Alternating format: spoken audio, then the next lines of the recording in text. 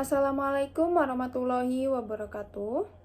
Saya Nadia Maharani Putri dengan NPM 2050604148. Di sini saya akan mempresentasikan materi mengenai pendekatan, strategi, dan model pembelajaran matematika SD.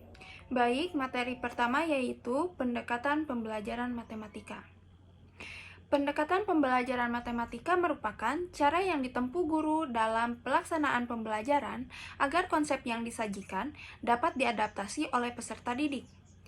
Nah, di sini ada dua jenis pendekatan dalam pembelajaran matematika. Yang pertama ada pendekatan yang bersifat metodologi, dan yang kedua ada pendekatan yang bersifat materi. Pendekatan material merupakan pendekatan pembelajaran matematika di mana dalam menyajikan konsep matematika melalui konsep matematika lain yang telah dimiliki siswa. Misalnya, dalam menyajikan penjumlahan bilangan menggunakan pendekatan garis bilangan, atau untuk menyajikan konsep penjumlahan bilangan pecahan yang tidak sejenis digunakan gambar atau model. Selanjutnya ada pendekatan metodologi yang berkenaan dengan cara peserta didik mengadaptasi konsep yang disajikan ke dalam struktur kognitifnya yang sejalan dengan cara guru menyajikan bahan tersebut.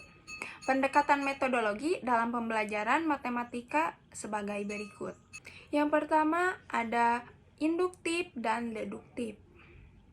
Penyajian bahan pelajaran dari contoh-contoh yang bersifat khusus, kemudian siswa dituntut untuk membuat kesimpulan disebut pendekatan induktif.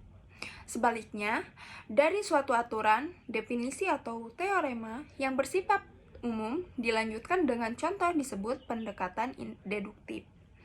Yang kedua yaitu ada informal dan formal. Informal berarti tidak menurut aturan resmi dalam prosedur matematis, sedangkan formal adalah bersifat matematis, melalui jalur-jalur logis, sistematis, dan menggunakan kaidah aksiomatis. Yang ketiga ada intuitif dan aksiomatik.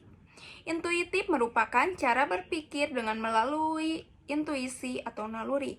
Memahami konsep matematika dengan sendirinya karena pola berpikirnya berdasarkan pada konsep atau pengalaman yang telah dialami dan dimilikinya. Sedangkan aksiomatik seperti halnya pendekatan formal untuk memahami konsep dengan menggunakan aturan. Selanjutnya yang keempat ada analitik sintetik. Analitik merupakan cara mengerjakan proses matematika dimulai dari hal-hal yang diketahui. Sedangkan pendekatan sintetik dimulai dengan menjabarkan hal yang ditanyakan. Yang kelima yaitu ada problem solving, problem posing, dan probing. Problem solving atau memecahkan masalah adalah pendekatan pembelajaran dengan menggunakan algoritma non-rutin dalam menyelesaikannya. Sedangkan problem posing mempunyai ciri pengamatan, penelaahan, sifat pemeriksaan pada kasus lain, generalisasi, pembuktian, dan perluasan. Dan probing merupakan teknik pembelajaran dengan cara mengajukan pertanyaan secara berangkai yang sifatnya membimbing siswa ke arah jawaban tertentu. Selanjutnya, keenam ada tematik dan realistik. Pendekatan tematik memulai pembelajaran dengan membicarakan konteks atau tema tertentu yang biasanya berkenaan dengan konteks kehidupan nyata di masyarakat. Kemudian, guru mengangkatnya ke arah konsep matematika tertentu. Yang ketujuh yaitu open-ended.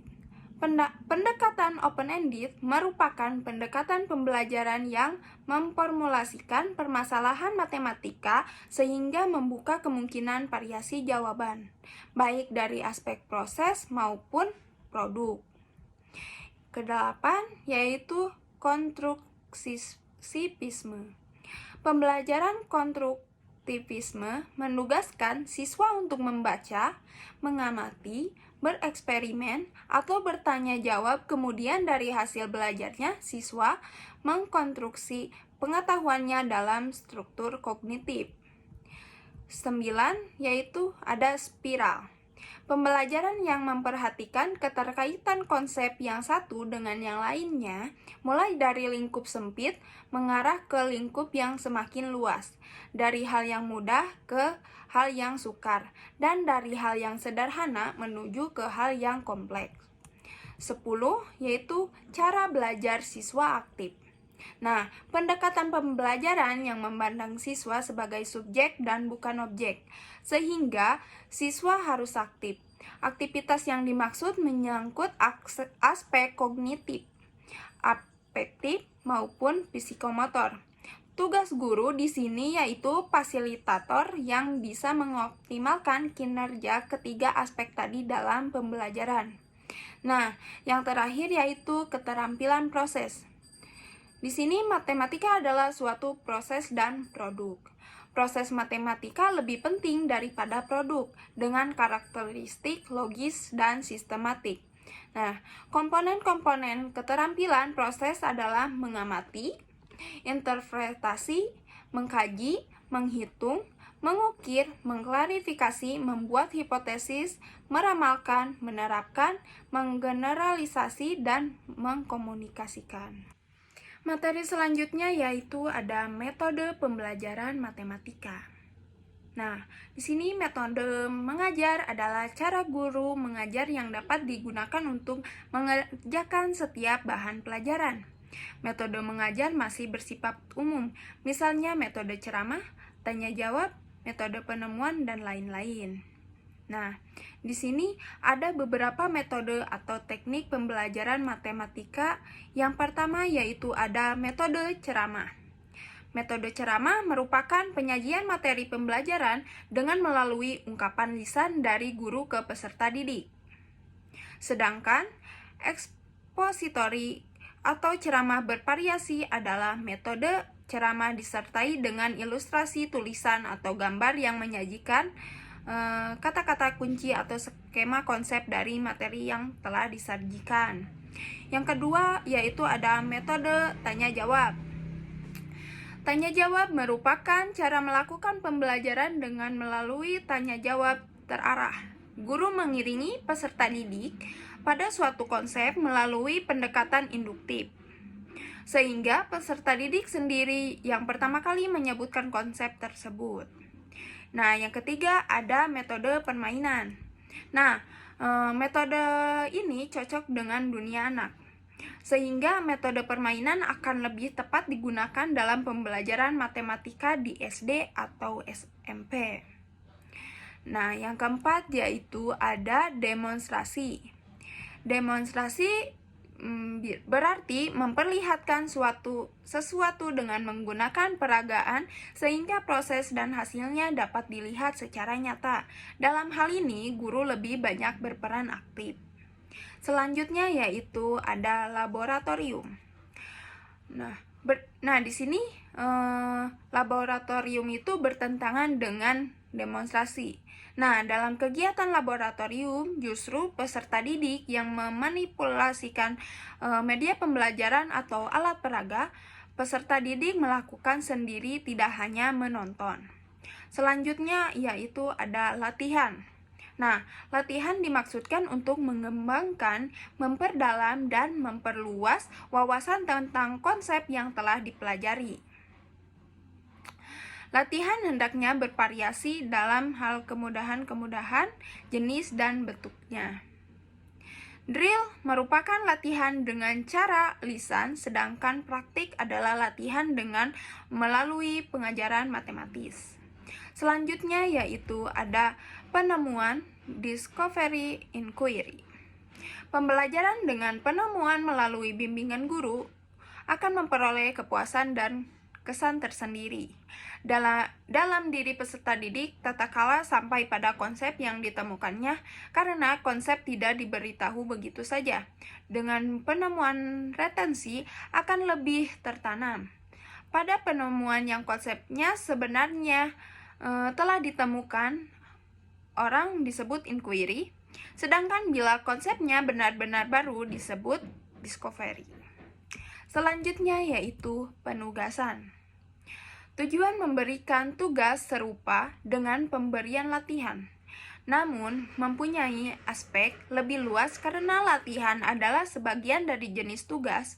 Tugas yang diberikan kepada peserta didik bisa berupa membaca, mempelajari bahasan tersebut, membuat rangkuman, mencari bahan belajar lain di luar sekolah, atau menyajikan materi yang telah dipelajari.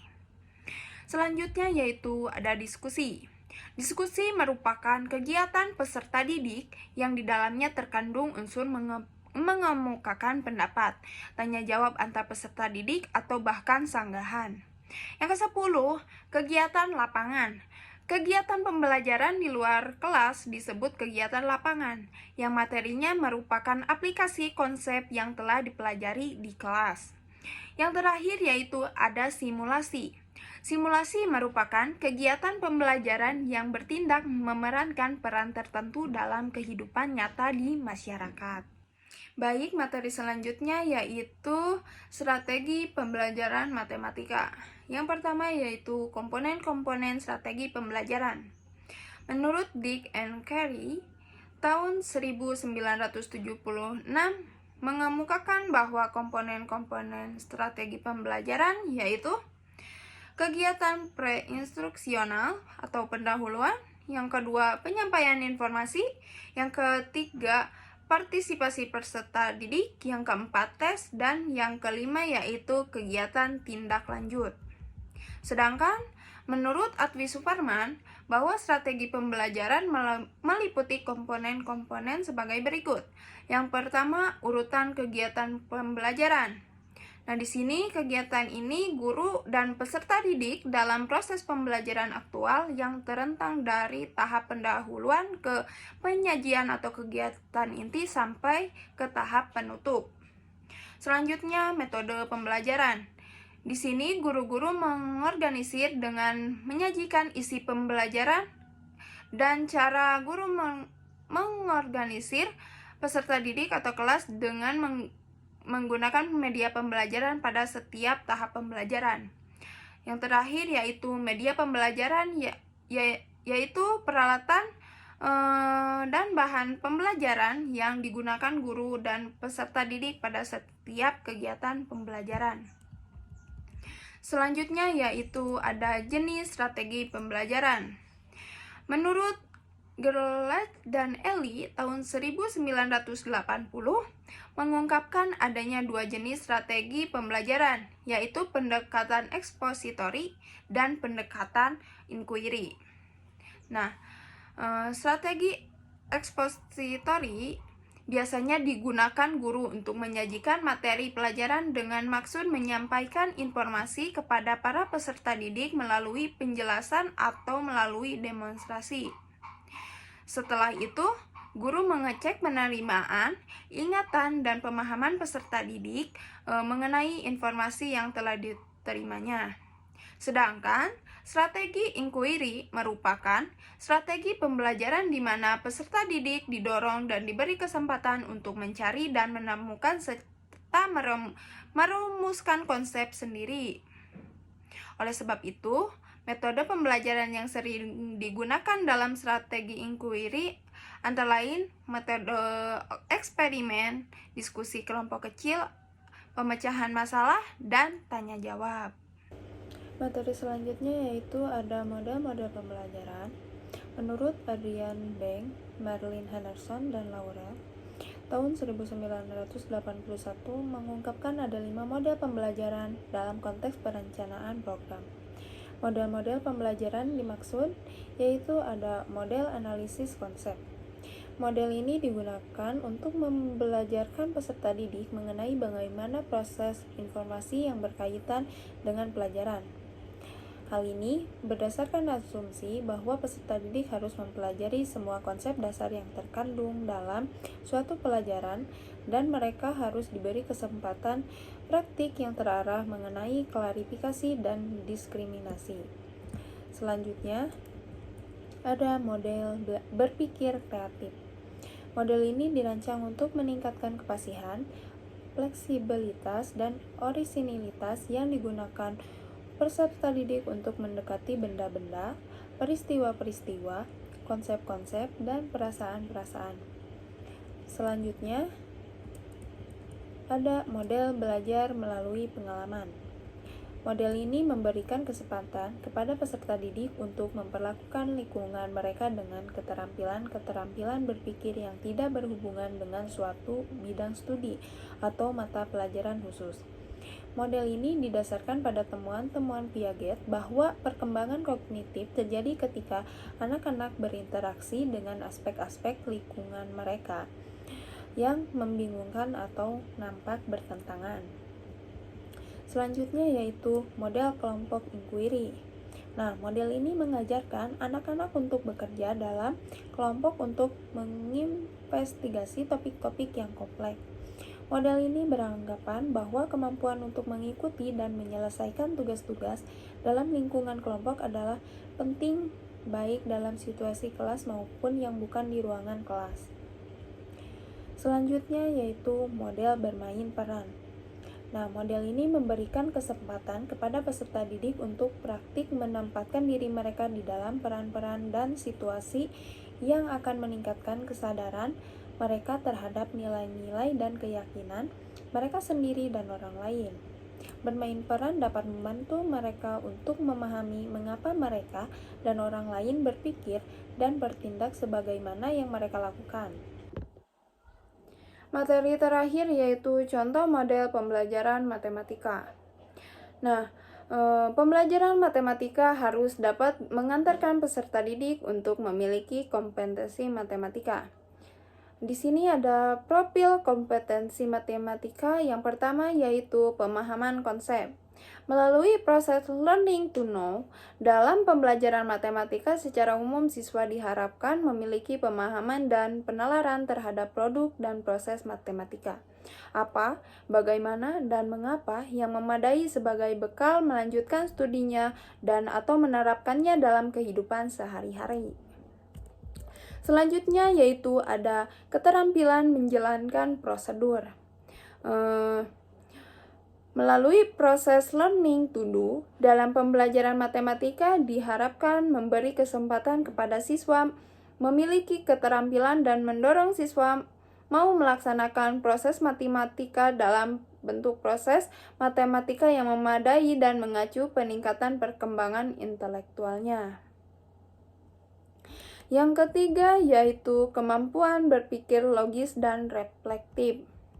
Kemampuan berpikir logis diantaranya meliputi kemampuan aplikasi, kemampuan analisis, kemampuan sintesis, bahkan kemampuan evaluasi untuk membentuk kecakapan untuk dapat menghantarkan siswa pada kegiatan berpikir logis. Hendaknya dibiasakan untuk selalu tanggap terhadap permasalahan yang dihadapi dengan mencoba menjawab pertanyaan mengapa, apa, dan bagaimana.